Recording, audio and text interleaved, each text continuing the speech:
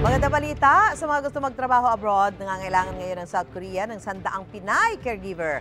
Narito ang unang balita ni EJ Gomez. 5 taon ng caregiver sa Pilipinas at abroad si Rodeline. Pero nang magbuntis ay tumigil noong 1 taon. Ngayon, umaasa raw siyang makapagtrabaho uli sa ibang bansa. Marami na po akong nahawakan na case. Yung bata, matanda.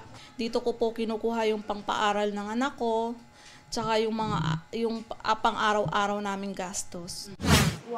Interesado raw siyang mag-apply sa South Korea matapos inanunsyo ng Department of Migrant Workers na kukuha sila ng 100 Pinay caregivers para ipadala sa South Korea sa ilalim ng Pilot Foreign Caregiver Program.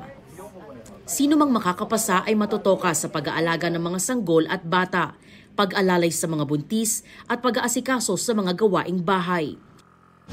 Ito po kasi isang programa ng Korean government para ma-assistihan nila yung kanilang mga double income families na walang masyadong suporta doon sa care na dapat ay mayroon sa bata o kaya ay sa nagbubuntis na nanay.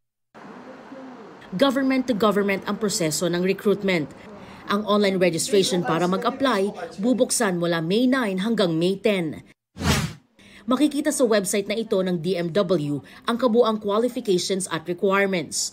Pero ang pinakamahalagang requirements, 24 to 38 years old na babae ang aplikante. May valid NC2 caregiving certificate mula sa TESDA at marunong ng basic Korean language. Sa mga magtuturista naman sa South Korea, inanunsyo ng Korean Visa Application Center sa Maynila na mula noong May 1, tumatanggap sila ng application para sa tourist visa via mail or koryo. Ito ang unang balita.